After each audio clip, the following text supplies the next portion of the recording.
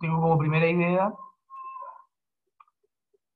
eh, que seguir conversando un poco de los problemas que puede presentar la ciencia, porque ahora me gustaría que revisemos lo que quiere decir verdad en ciencia. Cuando yo digo la teoría de la relatividad general es verdadera, ¿qué quiere decir eso? Y luego quiero mostrarles bases que estoy llamando acá filosóficas, pero en realidad uno correctamente debe llamarlas bases metafísicas. ¿Ya? Esto no quiere decir que la ciencia tenga una base, digamos, espiritual. ¿Ya? Metafísica llamamos nosotros en filosofía a una serie de planteamientos racionales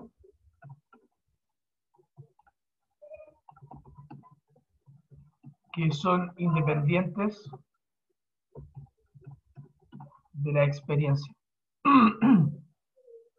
Por eso, más allá de lo físico, más allá de lo que se presenta ante mis ojos, ¿ya? Pero eso no quiere decir que sea espiritual. Quiere decir, uno de los grandes temas de la metafísica es Dios y el alma, ¿ya?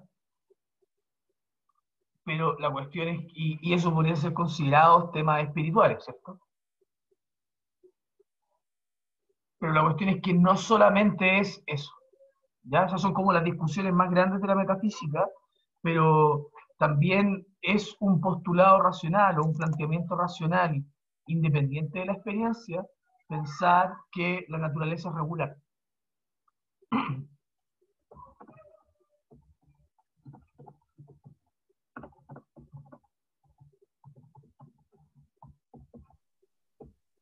A ver, a partir de la definición que acabo de dar de metafísica, ¿qué significa que la naturaleza es un regular? ¿Que la naturaleza regular es un enunciado metafísico o todavía está muy complejo eso?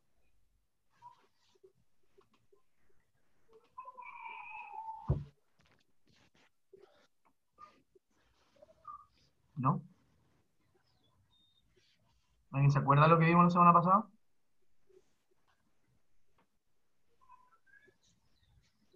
Lo que han estado leyendo de Mario Bunge, lo que, bueno, leyeron de Mario Bunge los que ya hicieron la guía.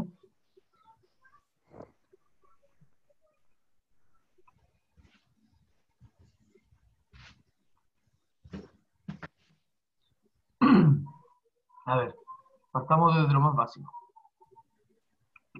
¿Qué es la ciencia?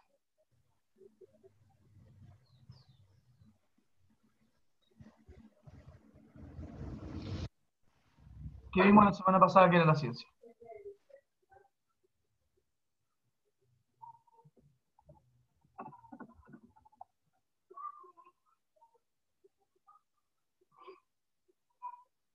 Ya pues chiquillo, lo espero.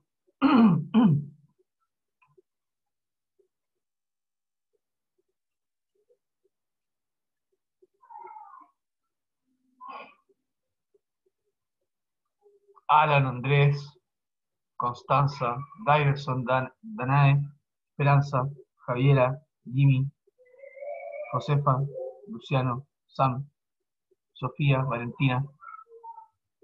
¿Qué hemos visto hasta ahora que es la ciencia? ¿Qué definición hemos dado? ¿Qué características le hemos puesto? ¿Hay mucha diferencia?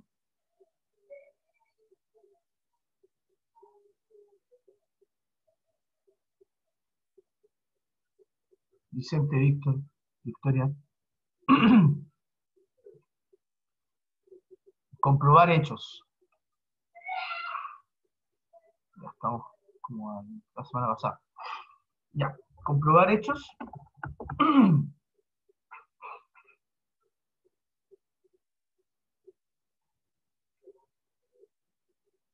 Ya, sí, Victoria. Lo que le estoy preguntando ahora es cómo terminó la clase. ¿Qué cosas determinamos que eran importantes para entender el razonamiento científico? Porque, por ejemplo, ahora la esperanza nos dice que es comprobar hechos. ¿Alguno tiene alguna objeción a lo que está diciendo? ¿La ciencia es comprobar hechos?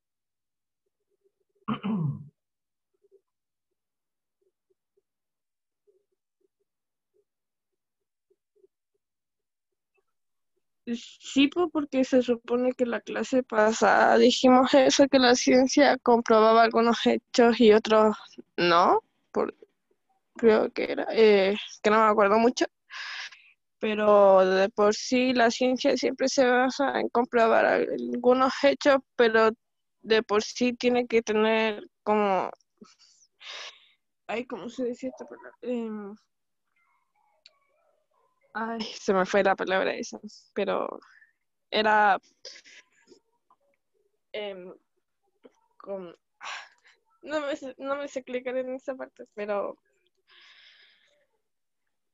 tenía que tener como, por decirlo así, como algún material como para comprobar que eso sí era, sí, sí podría pasar.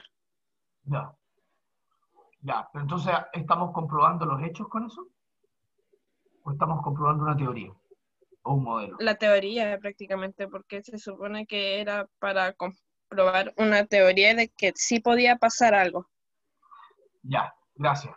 Sí, por eso me parecía extraño que me dijera comprobar hechos, porque en el fondo yo las teorías las compruebo en los hechos.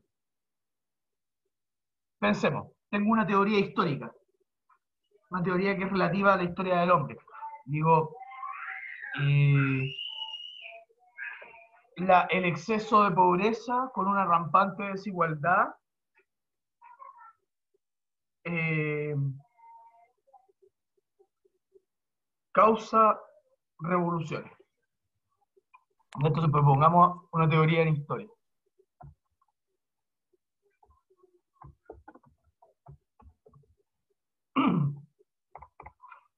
Eh, una pobreza muy grande y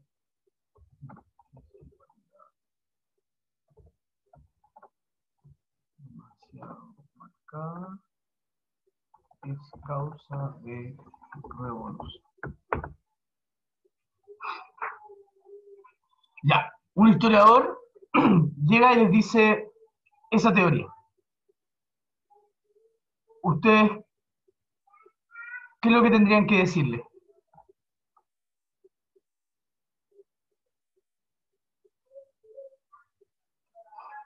Llego, planteo esa teoría en alguna parte, ustedes son sus pares, digamos, personas que están intentando comprender el mundo racionalmente. ¿Qué exigencia es la primera exigencia de esta teoría histórica? ¿Qué es lo primero que tiene que cumplir para que esta teoría pueda por lo menos ser considerada adecuada?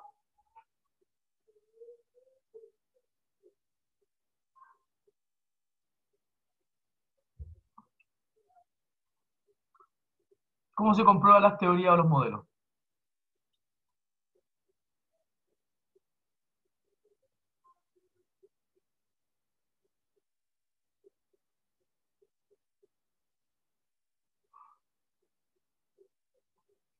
Ya.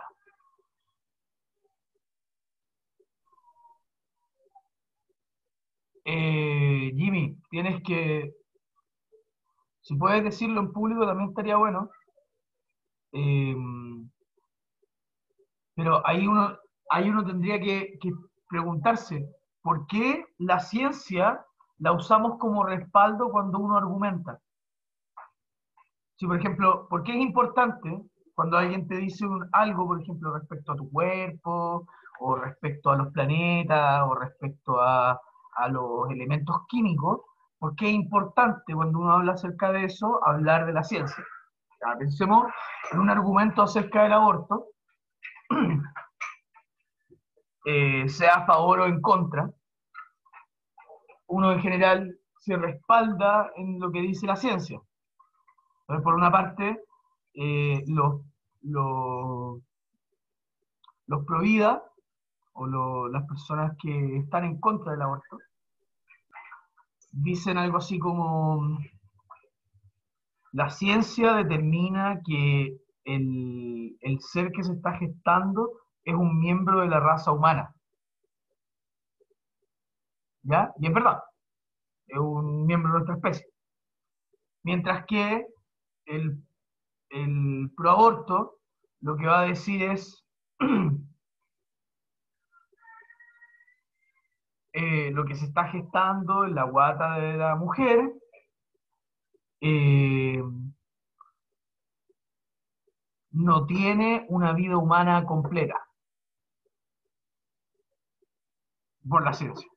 ¿Cómo lo sabe eso? Lo sabe porque hemos investigado el desarrollo embrional y sabemos que a las 3 semanas recién aparece el sistema nervioso y por lo tanto podemos llamar que esa criatura tiene, digamos, algún tipo de relación con su entorno. ¿Ya? Entonces, por una parte, los pro vida toman un argumento de la ciencia mostrando lo que la ciencia determina, que es que el feto o el embrión es un miembro de nuestra especie, y por otra parte, el proaborto eh, determina que el embrión no es un ser sintiente, por ejemplo, que es una forma de defender el aborto. Como no es un ser sintiente, no tiene derecho, y como no tiene derecho, la mujer lo puede abortar. ¿Ya? Entonces, en un argumento uno ocupa la ciencia para plantear su posición de manera más fuerte. Cuando uno tiene una posición que es contraria a la ciencia, se generan sospechas. ¿Ya? Así como que yo llegara y dijera, no, no, no, ni miembro de nuestra especie el embrión, ni tampoco tiene sistema nervioso. En realidad es un angelito que se le metió en la guata de la mamá. ¿Ya? Dar esa explicación para mostrar mi postura, sea tanto pro aborto o pro vida, esa explicación que yo estoy dando no es una explicación científica. Y por lo tanto, mi argumento va a perder peso a la hora de intentar convencer a alguien o a la hora de presentarlo en una reunión con otros seres racionales que podrían criticarme. ¿Ya? Pero ¿por qué la ciencia es un respaldo? ¿Por qué es tan importante la ciencia?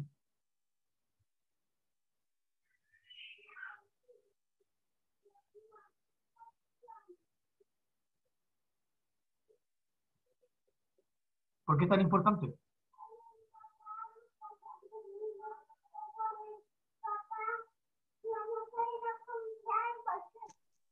Porque es subjetiva. ¿Ya? No, pues anoche no fuimos a ver. Oiga, estoy haciendo caso.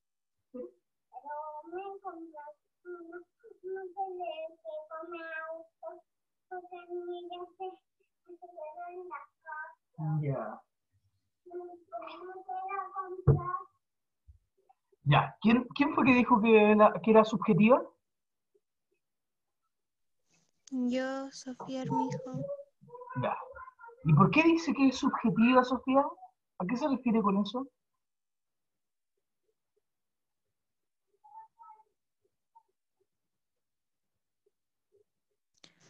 porque la ciencia trata de buscar como la verdad, Ya.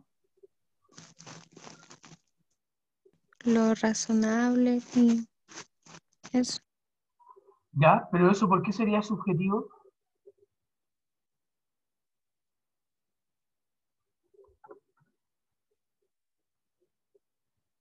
¿Por qué llama usted a eso subjetivo?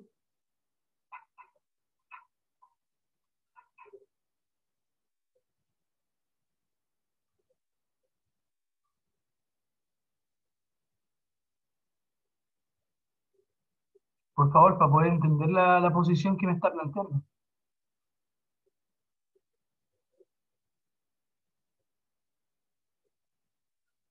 Porque sí, estoy de acuerdo en que la ciencia busca la verdad o busca alguna forma de lo que nosotros llamamos verdad, eh, y luego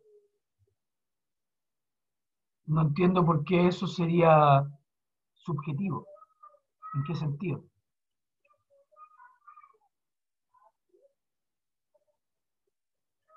Ya, Ya, Javiera, está bien, pero es por eso que es importante la ciencia, como porque da respuestas concretas y verdaderas. ¿Qué significa concreto lo que usted está diciendo acá? ¿Y en qué sentido están basadas en la lógica? Porque, por ejemplo, en cómo veo yo a la ciencia usa la lógica, pero no se basa en ella. La ciencia se basa en los hechos. La ciencia se basa en lo que ocurre en el mundo. Y usa la lógica y la matemática para mejorar el nivel de sus explicaciones de respecto a lo que pasa en el mundo. Entonces, claro, una teoría científica que fuese contradictoria no tendría mucho respeto de nuestra parte, porque rompería un principio lógico, el principio de no contradicción. Sin embargo, eh, eso no quiere decir que esté basada en la lógica. Por ejemplo, veamos un argumento que es lógico, pero que sería altamente contracientífico.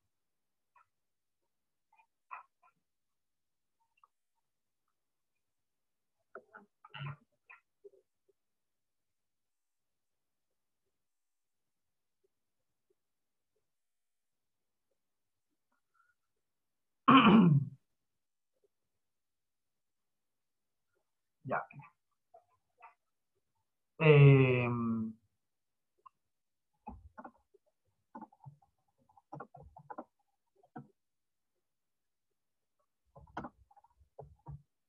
¿Ya?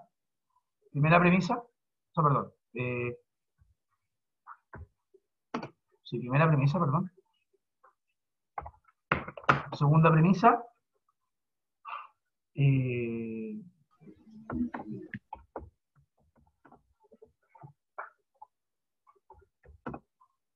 ¿Ya? ¿Sí o no?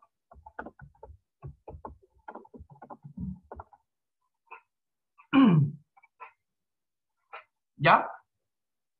Esto es un razonamiento que es lógicamente consistente. Si los animales son seres que respiran y las células respiran, las células son animales. ¿Ya?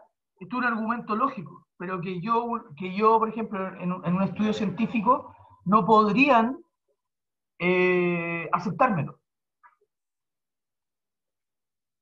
¿Ya? ¿Por qué no podrían aceptármelo? Porque nosotros distinguimos entre las células, es decir, organismos unicelulares, y los animales, que son organismos pluricelulares. ¿Ya? Pero eso es algo que está fuera de la lógica. Eso tiene que ver con las definiciones en las que se basa cada ciencia, en los objetos que tiene cada ciencia, como, que son los que está revisando y los que están determinando. De eso se trata. Entonces, a la hora de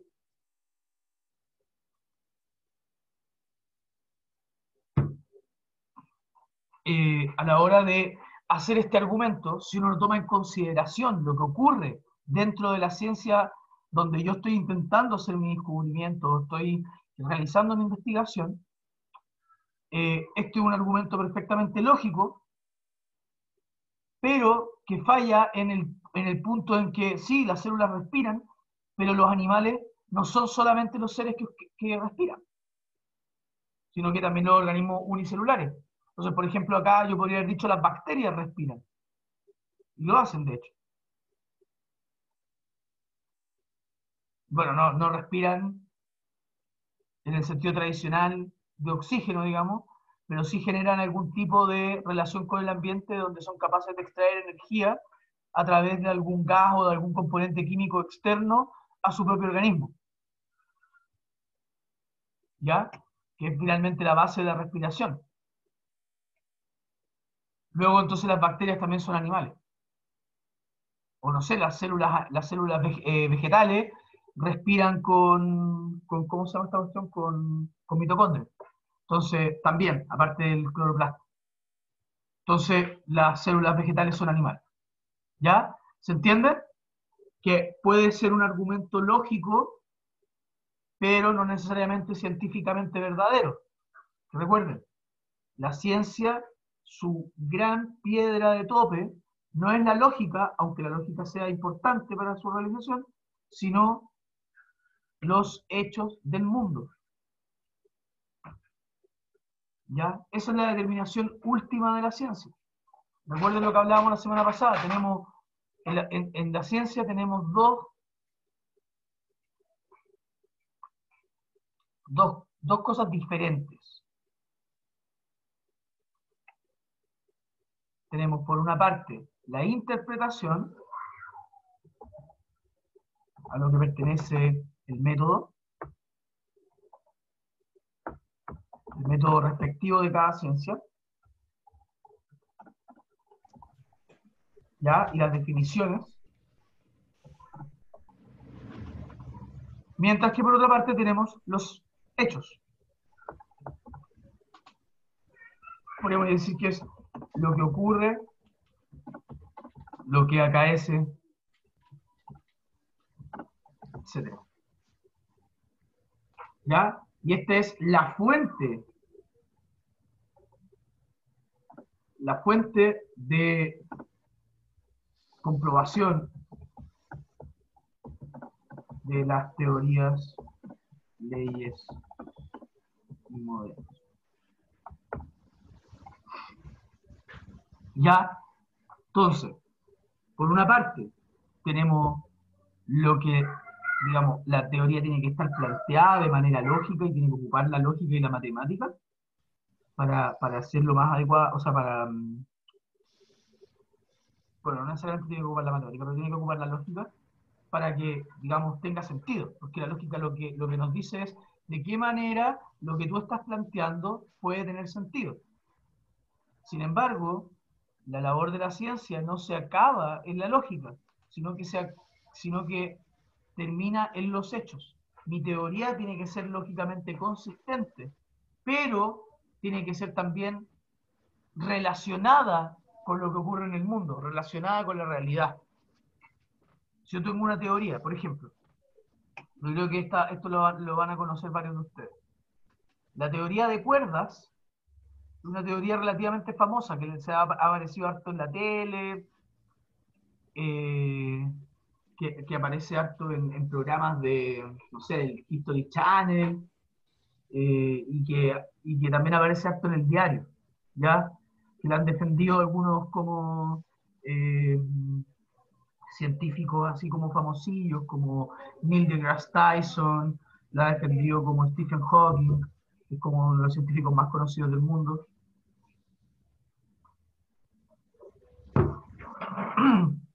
Esta teoría la teoría de cuerdas es una teoría de unificación entre la teoría de la relatividad general y la mecánica cuántica. ¿Ya? ¿Por qué les estoy contando acerca de esto? Porque la teoría de cuerdas es una teoría muy sofisticada matemáticamente. Porque tiene que haber, o sea, para poder complementar la relatividad general con la mecánica cuántica, que son dos teorías que matemáticamente son súper difíciles de juntar, hay que tener una teoría ultra sofisticada en su matematización. ¿Ya? Es decir, esta teoría es capaz de plantearse por sobre los dos sistemas y los incluye. Sin embargo, la teoría ha perdido muchísima fuerza este último tiempo.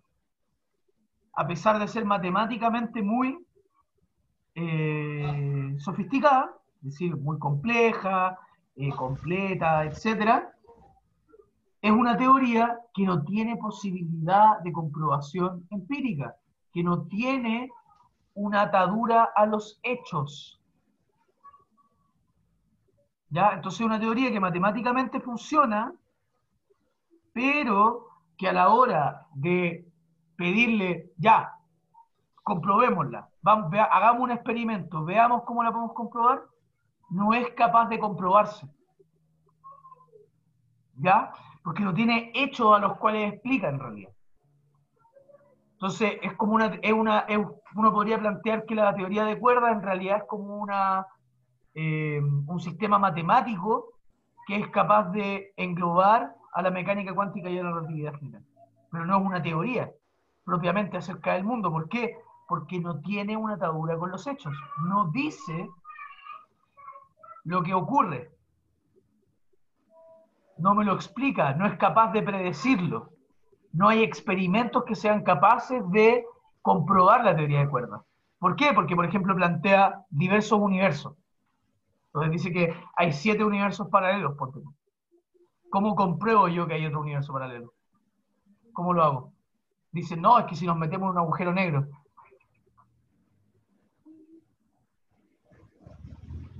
¿Quién se va a meter en un agujero negro a descubrir si es que hay otro universo paralelo? Entonces busquemos otro experimento. No, no hay otro experimento.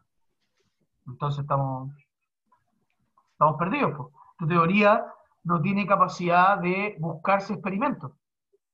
Pensemos, por ejemplo, con otra teoría exitosa, una teoría exitosa de la ciencia, como la teoría de la relatividad general.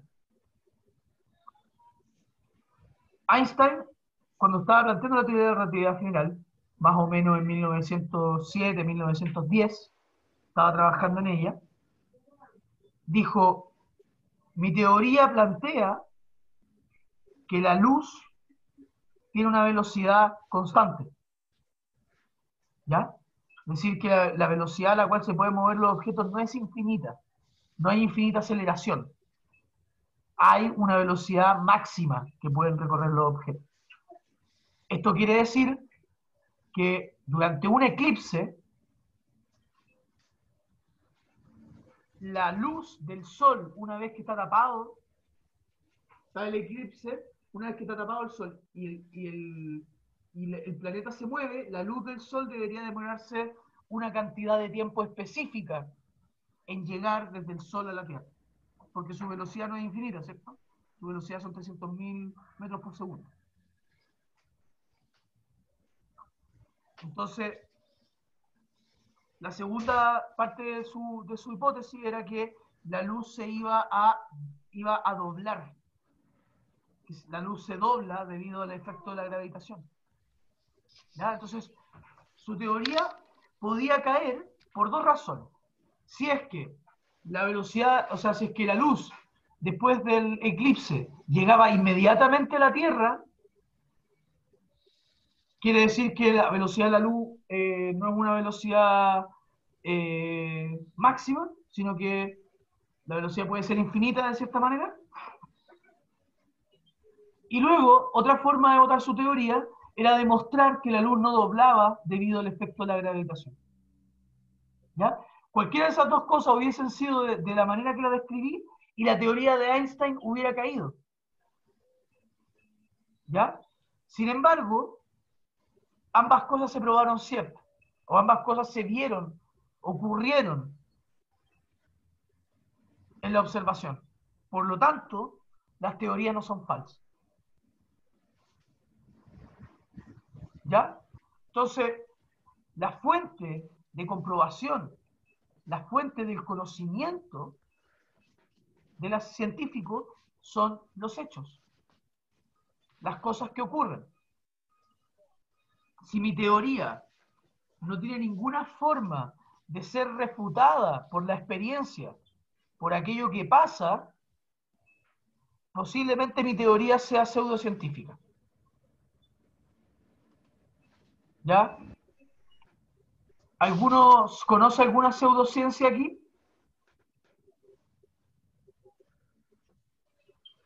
La pseudofilosofía. ¿Ya? ¿Ya? Pero una quizá más evidente, porque la pseudofilosofía, porque la filosofía no tiene la misma atadura a los hechos. Como Pseudocristianismo. Pseudocristianismo. ¿Pero el cristianismo es una ciencia? No. Bueno, no estoy preguntando por pseudodoctrina, estoy preguntando por pseudociencia. Por ejemplo, un pseudocristianismo, una pseudofilosofía serían pseudodoctrinas. La pseudociencia es una pseudodoctrina. pero el pseudocristianismo o la pseudofilosofía no son pseudociencias, ¿ya? Piénselo así como pseudodoctrina, luego pseudo-religión podría ser, pseudociencia y pseudofilosofía. Esas tres cosas son distintas, pero ambas son parte de la pseudodoctrina. No. Ya. A ver, alguien que conozca alguna pseudodoctrina, No se me ocurre pseudociencia. ninguna. ¿Ni una? No. Astrología. Gracias, Javier. La astrología es un buen ejemplo de pseudociencia. ¿Por qué sería una pseudociencia, Javier? ¿Se te ocurre? ¿O preferís que explique? Prefiero que explique. Ya. Tenemos la interpretación, tenemos los hechos. Esto es, digamos, cuando ustedes piensen en ciencia empírica, ciencia de hechos, ciencia fáctica, esto es lo primero que tiene que venir a su mente. Tenemos por una parte la interpretación, la teoría, lo que decimos acerca del mundo, y por otra parte tenemos lo que ocurre en la naturaleza. ¿Ya? Las dos partes son fundamentales. Y de hecho, la Sofía, cuando dijo que la ciencia era subjetiva, tiene algo de razón. Porque en este proceso de acá no es subjetivo, acá yo me tengo que atener a aquello que ocurre en el mundo. Pero acá es subjetiva. Porque el método nunca me va a garantizar plena transparencia de los fenómenos del mundo. El método es un tipo de interpretación. ¿Ya? Entonces ahora para responder lo que dice el Javier. Javier dice, la astrología es una pseudociencia. ¿Por qué decimos que es una pseudociencia? Porque la astrología es un método de interpretación del mundo, ¿ya? Que predice o que afirma características del mundo a partir de un análisis de la relación de los individuos humanos con los planetas. ¿Ya? Entonces, un astrólogo puede decir, mira, Júpiter está en tal posición, Mercurio está en esta otra posición, por lo tanto tú, que eres de tal signo, se te vienen cosas buenas de este tipo, no sé, ponte cosas buenas laborales, y se te vienen cosas malas amorosas, ponle tú. ¿Ya? Y tienes que tener cuidado con esto, y estos son tus metales de la suerte, y lo que sea. No se preocupe, Jimmy. Cosas que pasan. Entonces, plantea una interpretación del mundo donde me dice a mí, o a ti, o a cualquiera de nosotros, una determinada cosa a partir de la posición de los planetas, y luego también pasa a decir una predicción acerca del futuro respecto a la situación planetaria y de tú como individuo respecto a la constelación en la cual naciste. ¿Ya? Eso que se está realizando ahí es una teoría. Cuando te dicen, no, es que yo por ejemplo soy Tauro, entonces no, me dicen, no, los Tauros es un signo en el cual reina la riqueza, son inteligentes en general, pero sobre todo muy, ¿cómo es que me han dicho? Como confianzudo, como terco también. ¿Ya? Nosotros los Tauros somos muy tercos. Y luego me dicen, no, y mira, por cómo está Mercurio y lo que sea, te conviene cuidar tu trabajo y preocuparte de esas cosas porque está ahí en una señal de que te pueden despedir o de que vaya a tener problemas económicos. Y después dice que en el amor te va a ir muy bien este mes. Claro, exacto. Todo eso son predicciones. Entonces yo, por ejemplo, pensemos en dos tipos de predicciones. Tenemos la predicción que acabo de escribir, la astrológica. Imagínense una predicción astronómica, donde yo digo, bueno, de acá a ver, estamos en noviembre, de acá a febrero, creo que. Ponte, eh, oye, se me olvidó la estación. A ver, verano empieza El 21 de diciembre. el 21 de diciembre. Ya, entonces, yo puedo decir, el 21 de diciembre, una interpretación astronómica, el 21 de diciembre la Tierra va a estar muy cerca del Sol, porque empieza el verano. O parte de nuestro hemisferio, o sea, que nuestro hemisferio va a estar mucho más cerca del Sol, y por lo tanto vamos a tener una estación que llamamos verano. Yo puedo hacer esa predicción en base a eso, porque conozco que los planetas giran en torno a un centro. Entonces puedo, no sé, poner el centro. Ahí tenemos un centro, que va a ser el Sol, y los planetas giran de manera elíptica sobre Y sus eso está centros gravitatorios. comprobado. Claro, esto sí ocurre con los hechos, porque yo cuando me dicen, no, es que en el amor te va a ir bien este mes, o te va a ir mal en lo económico, lo que sea, ¿qué significa eso? No significa nada, digamos. Podría, no sé, si se me pierden 5 lucas, puedo decir, ah, tenía razón la astróloga o el astrólogo. Si llego a una chiquilla me mira por mucho rato, ah, viste, tenía razón el astrólogo, porque me está yendo bien el amor.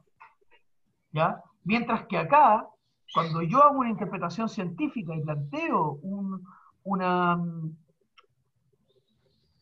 ¿cómo se llama esto? Una predicción en base a la ciencia, yo te digo, el 21 de diciembre nuestro hemisferio va a estar en la parte más cercana al Sol. Y te puedo mostrar dentro del centro gravitatorio dónde va a estar tu hemisferio y dónde va a estar la Tierra para que ese verano ocurra. ¿Ya? Y eso va a ocurrir siempre, y cuando te diga va a llegar el verano el 21 de diciembre, lo más probable es que el 21 de diciembre haga más temperatura, o el ambiente esté más caliente que el 4 de noviembre, que el 5, que el 6. Puede ser que el 3 de diciembre sea más caliente que el 4, o que el 5 sea más caliente que el 4. Pero ya entrando en esa fecha, ya empiezan temperaturas más cálidas que las que cuando uno está en primavera. ¿Ya? Y eso es una predicción exacta. Es decir, en este momento estamos lo más cerca posible del Sol. ¿Ya? Que es distinto a, debido a la posición de los planetas y de dónde naciste tú, respecto de los planetas, puede pasar esto en tu caso. ¿Ya? La diferencia entre pseudociencia y ciencia es que si yo viese que el 4 de diciembre la Tierra no se acerca al Sol, lo veo por un telescopio, lo veo por haciendo cálculos de elipsis, ¿ya? Y veo que no estoy más cerca del Sol, sino que en realidad ¿cómo se llama esta cuestión? La rotación es circular, y por lo tanto nunca nadie está más cerca del Sol o más lejos. Tengo que cambiar mi teoría nomás. Mi teoría está errada.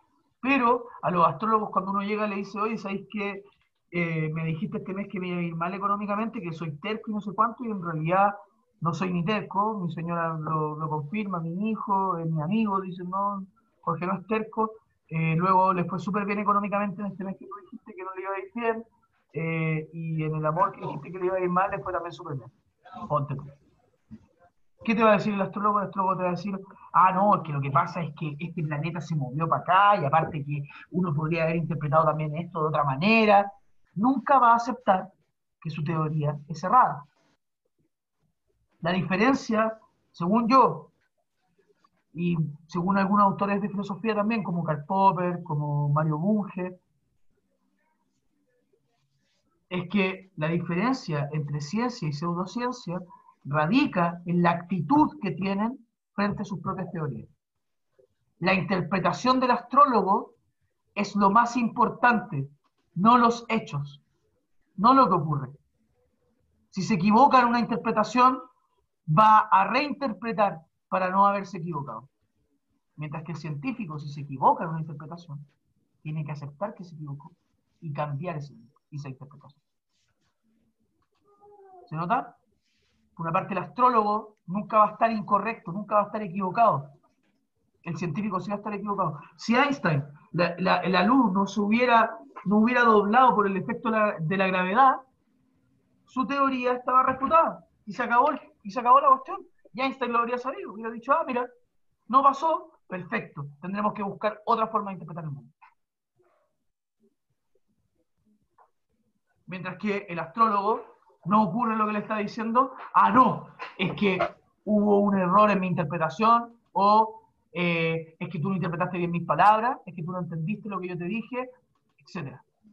La pseudociencia le encantan los parches para justificar sus errores o su falsa interpretación. Es la actitud que tienen frente a la verdad. Y por eso yo quería hablarles un poco de lo que quiere decir la verdad en ciencia. Lamentablemente, no recuerdan mucho lo que pasamos al principio. Entonces, tuve que volver a hacer como un poco la clase de la semana pasada. Ya. Entonces. Ya, gracias, Luciano. ¿El terraplanismo sería una pseudociencia? Depende. ¿Ya? Porque el terraplanismo es una situación media extraña, porque en el terraplanismo las personas asumen ciertos postulados de la ciencia. Por ejemplo, los terraplanistas creen que la Luna tiene una forma esférica, creen que Mercurio tiene una forma esférica, creen todas esas cosas. Lo que no creen es que la Tierra tenga una forma esférica. ¿Ya? Entonces, asumen ciertos postulados de la ciencia, asumen ciertas teorías, asumen ciertas explicaciones, asumen ciertas interpretaciones de la ciencia, pero rechazan otras, como que la Tierra sea esférica. ¿Ya?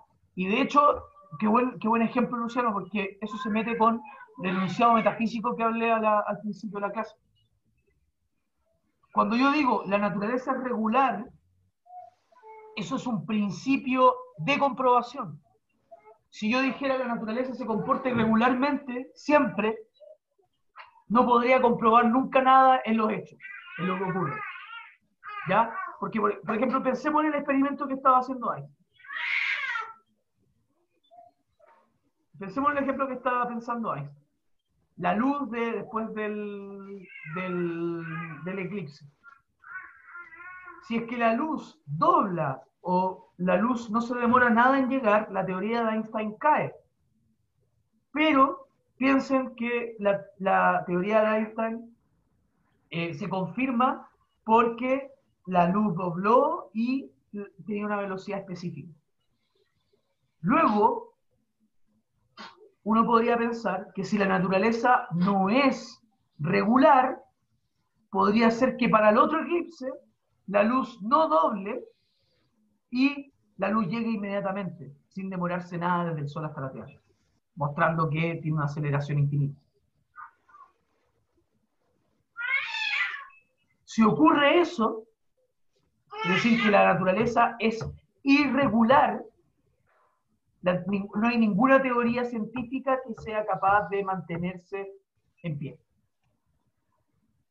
Entonces, lo que está diciendo el terraplanista está dudando de un enunciado metafísico de la ciencia. Está diciendo que él no cree que la naturaleza sea regular. Entonces, si hay planetas fuera del nuestro que se comportan de una determinada manera y por lo tanto terminan convirtiéndose en esferas, que piensen que todo esto tiene que ver con cómo se forman los planetas. Los planetas se forman de cúmulos de polvo que empiezan a rotar entre sí y empiezan a machacarse porque empiezan a obtener como un cierto centro gravitatorio. Y luego, claro, pues, si tú pensáis, si tú reunís mucho polvo en todas las direcciones hacia un centro, lo que te queda es como una esfera. Pero como ellos no creen en la regularidad, ellos pueden decir, sí, los demás planetas se formaron así, los demás planetas son esféricos, lo que sea, pero acá esto es plano. ¿Ya? Entonces está diciendo, la naturaleza no es regular. Entonces, en el caso del terraplanismo, ellos son, es una pseudociencia, porque yo le puedo mostrar de todas las formas posibles que la Tierra es esférica al terraplanista y nunca va a aceptar que mi interpretación es correcta, porque va a decir, no, pero es que mira esta foto, o mira tal cosa, o yo no lo creo, o eso es un complot de la NASA. Es decir, no hay evidencia que haga que cambie de opinión. Puedo mostrarle, puedo llevarlo al espacio, y mostrarle la Tierra de afuera, y te va a decir, no, es que es plana, porque se va a ver como un círculo, digamos. ¿Ya? Entonces, el problema del terraplanismo no es solamente que no se adecúen a los hechos o que no estén dispuestos a corregir su teoría una vez que la evidencia se le mostró, sino que también tienen esta cuestión de que la naturaleza es irregular para ellos. Ellos creen que la naturaleza puede ser irregular. Ya, esto es un enunciado metafísico, esto no es una cuestión que nosotros podemos comprobar. Por eso es metafísico. Nosotros no podemos comprobar que la naturaleza es regular o irregular. No tenemos forma. Porque en el fondo, para poder comprobar algo en ciencia, nos basamos en que la naturaleza es regular. Cuando yo hago un experimento para probar cierta cosa y publico mi estudio, y otra persona toma ese experimento y lo replica, y obtiene resultados semejantes o iguales, lo que yo estoy afirmando en ese ejercicio es que la naturaleza es regular. Y por lo tanto, cuando yo hago una prueba de un experimento que alguien más hizo y veo que obtengo resultados similares, asumo que los planteamientos que está comprobando ese experimento son correctos, porque soy capaz de replicar ese experimento sin ningún tipo de cambio muy grande. ¿Ya? Entonces asumo que la naturaleza es regular. Y de hecho pareciera que nuestra experiencia siempre lo dice.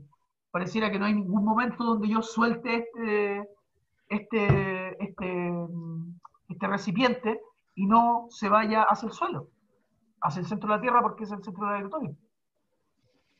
¿Ya? Entonces pareciera que la naturaleza es regular. La experiencia nos dice como comúnmente la naturaleza es regular, pero no podemos saberlo. Es un enunciado metafísico. No podemos comprobar que la naturaleza es regular, porque no me basta todos los casos del mundo para poder afirmarlo. Yo dijera, no, es que la naturaleza es regular porque siempre ha sido así, hasta ahora. Caigo en el mismo ejemplo, ¿no se acuerdan de los tropos escépticos, no? El escéptico llegaría y me diría, bueno, ¿y qué te asegura que mañana va a ser así? ¿No sabéis? ¿No tenéis cómo saberlo? ¿Ya? Y sí, Luciano, la gente antivacunas también. La gente antivacunas también está siguiendo una pseudociencia. En ese caso, en el caso de las antivacunas, lo que ellos afirman es que las vacunas hacen daño a los niños. ¿Ya? Lo cual es claramente incorrecto, digamos, pero la base para ellos decir eso es que hubo un estudio hace mucho tiempo que afirmaba que las vacunas podían producir autismo debido a ciertos componentes de mercurio. ¿Cuál es el problema de esta cuestión? Ese estudio fue hecho por un médico que tenía plata metida en los temas de la vacuna y del tratamiento de los autistas. Entonces el tipo tenía conflicto de intereses al publicar ese estudio. Y aparte, muchos antivacunas fundamentan sus creencias en estudios muy antiguos. Estamos hablando de medicina de principios del siglo XX. ¿Ya? En esa época, los médicos, había muchos médicos que eran pagados, por ejemplo, para decir que el tabaco hacía bien y que fumar era saludable, que había que llevar a los niños a fumar también porque era muy sano. ¿Ya? Entonces, la ciencia médica fue capaz de darse cuenta de que fumar era malo, o de que fumar causaba problemas en la salud y que está correlacionado con el cáncer. Bueno, de hecho causa el cáncer de pulmón y otros cánceres también.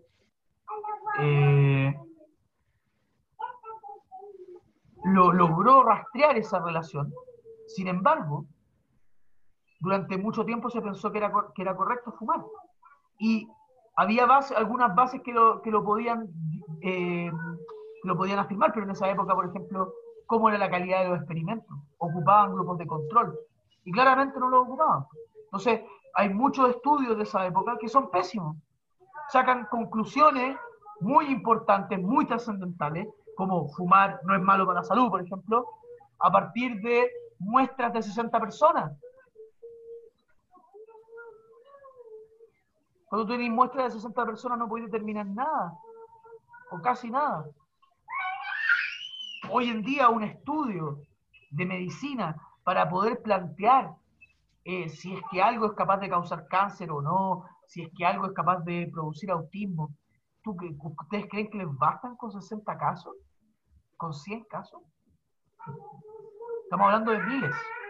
Necesitáis largas líneas de experimentación, 100.000 personas, etc. Esas son las cosas que se trabajan ahora.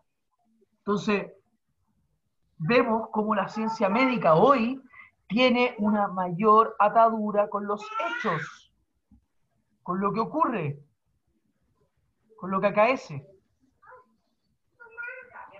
Quiere estar siempre atenta de las cosas que pasan. Mientras que cuando nosotros vemos estos estudios de que las vacunas producen autismo, o de que causan daño a la salud, o todas esas cuestiones, solo lo que vemos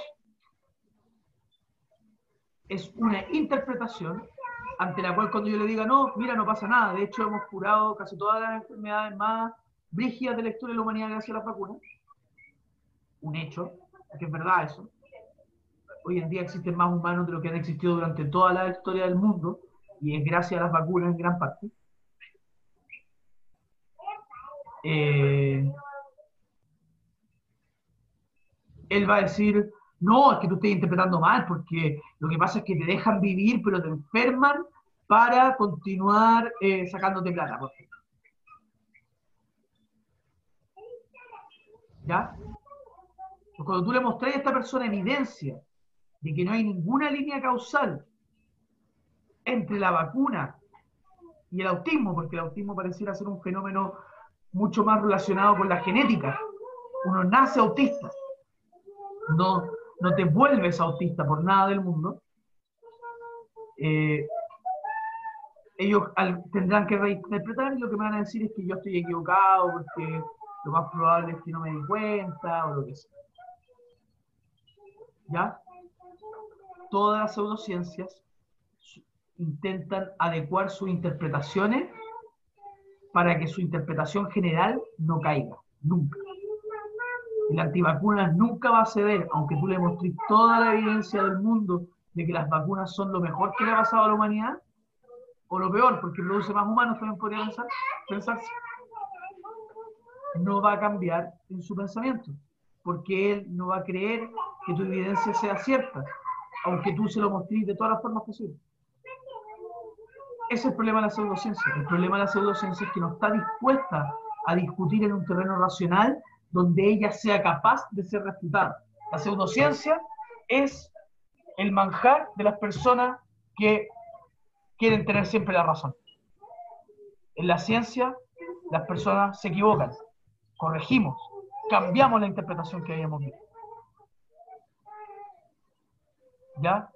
Ya, no alcancé a llegar al tema de la verdad, pero les voy a preguntar. Díganme, chiquillos, ¿qué preguntas tienen? ¿Qué cosa de acá les pareció confusa, compleja?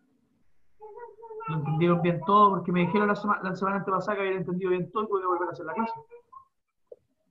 Así que, por favor.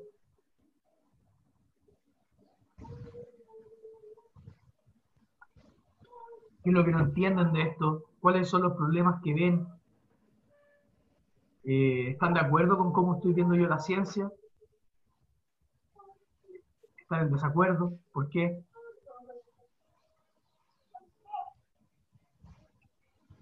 Por favor.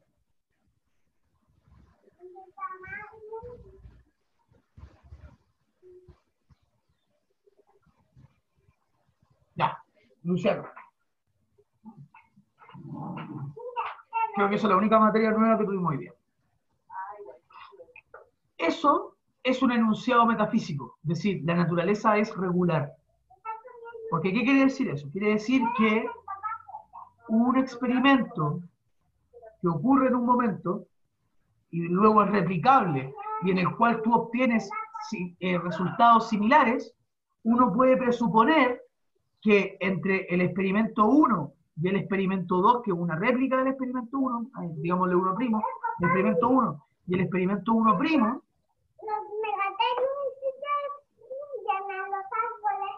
no se subían a los árboles, eran muy grandes.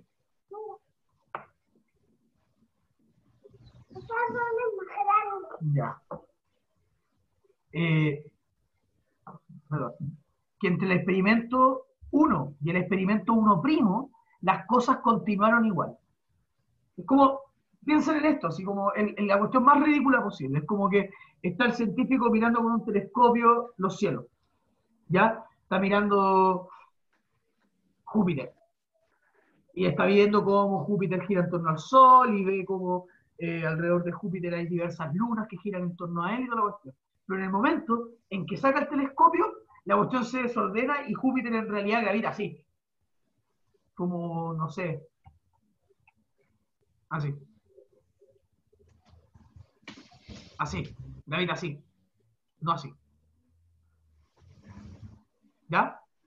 Y luego, cada vez que vuelve a poner el telescopio, el Júpiter vuelve a gravitar de manera elíptica.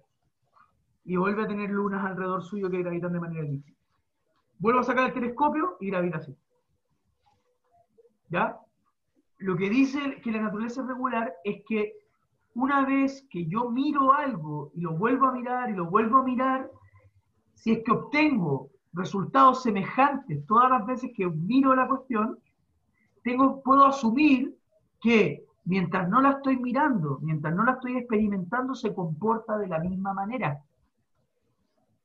Pero eso no es comprobable empíricamente, eso no es comprobable viendo la naturaleza. ¿Ya? Es un principio bajo el cual mirar la naturaleza tiene sentido. Si yo creyera, como creen los terraplanistas, que la naturaleza es irregular, yo lo creyera de verdad, no podría hacer nada en el mundo, porque podría ser que, no sé, tomar una decisión como ir a la cocina y justo se acaba la gravedad y salen los cuchillos para arriba y me apuñalo o lo que sea.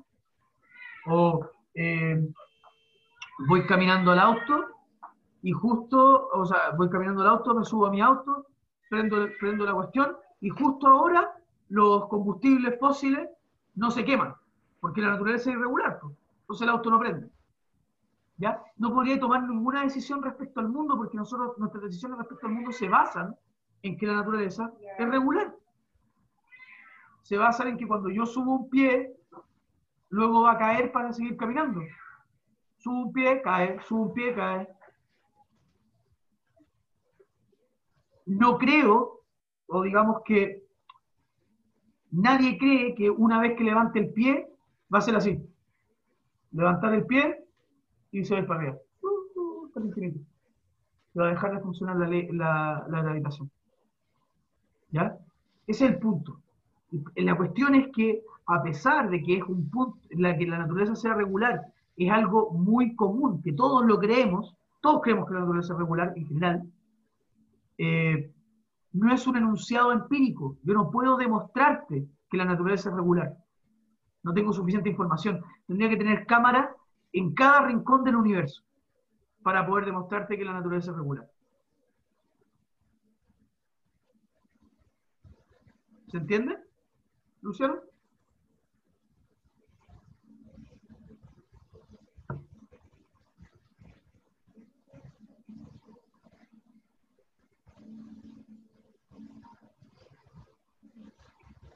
¿No?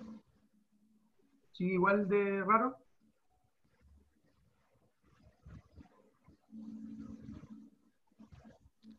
¿Cuál era la pregunta?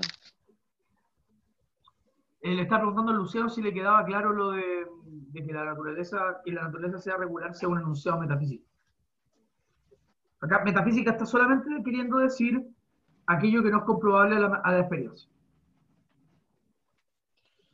Exacto, Luciano, exacto. Exacto. Tú asumes que la naturaleza es regular para poder comprobar, pero no podéis comprobar la comprobación misma.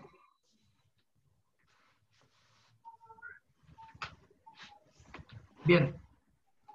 ¿Alguno más que tenga otra duda para ir cerrando?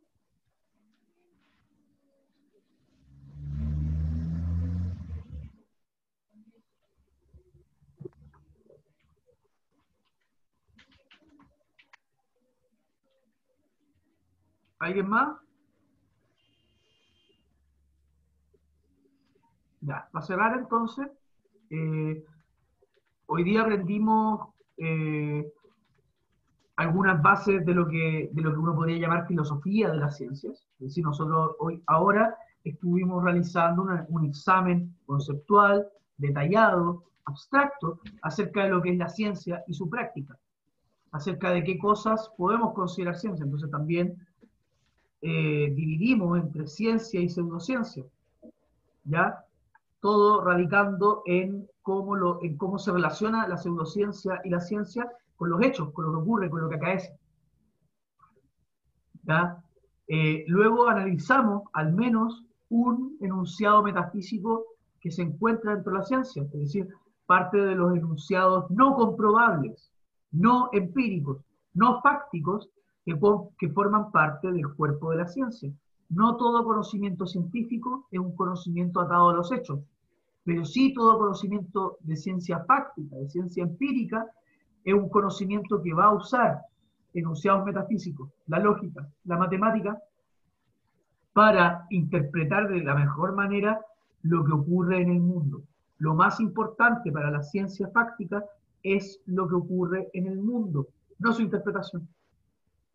Si de hecho pudiéramos pensar, por ejemplo, la astrología, o sea, si pudiéramos ver la astrología, nos daríamos cuenta de que la astrología en realidad es justamente una interpretación sin mundo, porque nunca está dispuesta a corregirse a partir de lo que ocurre, de lo que acaece. Solamente va a volver a interpretar a la base de sus propios principios generales. La ciencia se ha visto muchas veces obligada a cambiar sus principios generales para poder interpretar lo que ocurre en el mundo de mejor forma. Tengo como ejemplo ¿por qué hoy en día la teoría de Newton es una teoría que solamente se ocupa para la ingeniería y no se ocupa para la astronomía? Los principios de Newton se ocupan solamente para la ingeniería porque son aplicables perfectamente en la Tierra. Pero cuando nosotros hablamos del origen del universo, de cómo las cosas ocurren en el universo que observamos a través de los telescopios, nos damos cuenta de que la teoría de Newton tiene graves errores, gravísimos errores. ¿Quiere decir que la teoría de Newton no tiene ningún valor? No, la teoría de Newton tiene muchísimo valor para la técnica, para los ingenieros, tiene muchísimo valor aún para nosotros, sigue siendo un gran descubrimiento sobre la naturaleza. El punto es que tenía varios principios, varios puntos de interpretación que eran inadecuados cuando la experimentación llegó más lejos, cuando teníamos mejores telescopios, cuando intentamos realizar mejores tipos de experimentos para comprobar lo que estábamos hablando acerca de Newton. Nos dimos cuenta, por ejemplo, y eso es lo que el descubrimiento creo más importante de Einstein, es darse cuenta de que la luz tiene una velocidad constante y máxima. La luz es la velocidad límite de cualquier cosa que ocurra en el universo. Newton pensaba que la aceleración podía ser infinita. ¿Ya? Es decir, él pensaba que había velocidades, por ejemplo, como 400.000 metros por segundo. 500.000. Él decía, no hay ningún problema, podría haber velocidades de 1.000.000 de metros por segundo.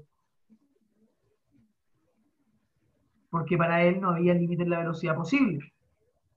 Einstein se da cuenta de que sí hay límite en la velocidad posible. Y por lo tanto, tiene que corregir la teoría y los planteamientos de Newton para reinterpretar el universo. La astrología, como ha permanecido hasta ahora, sigue siendo la misma desde hace Bueno, igual la historia de astrología es más chistosa que eso, pero en sus principios generales sigue siendo lo mismo que hace 2500 años, con el Almagesto de Ptolomeo y los tratados astrológicos antiguos. ¿Ya?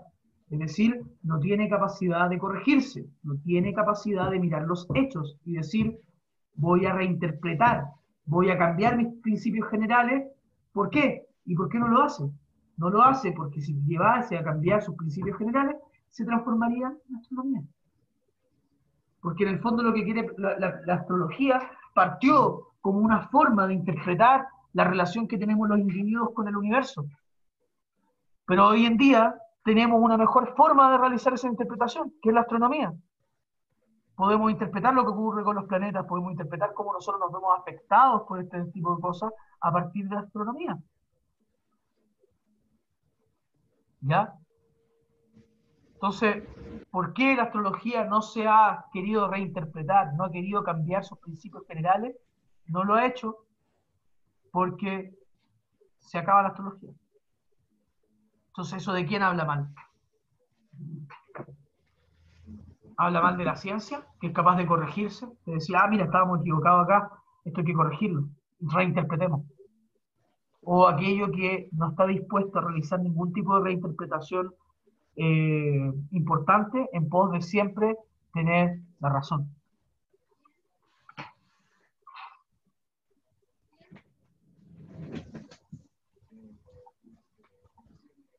Ya.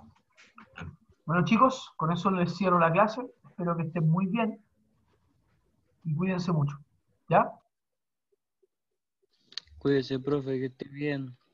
Gracias por la clase. Chao, profe. Chaito, chiquillos. Chao, profe.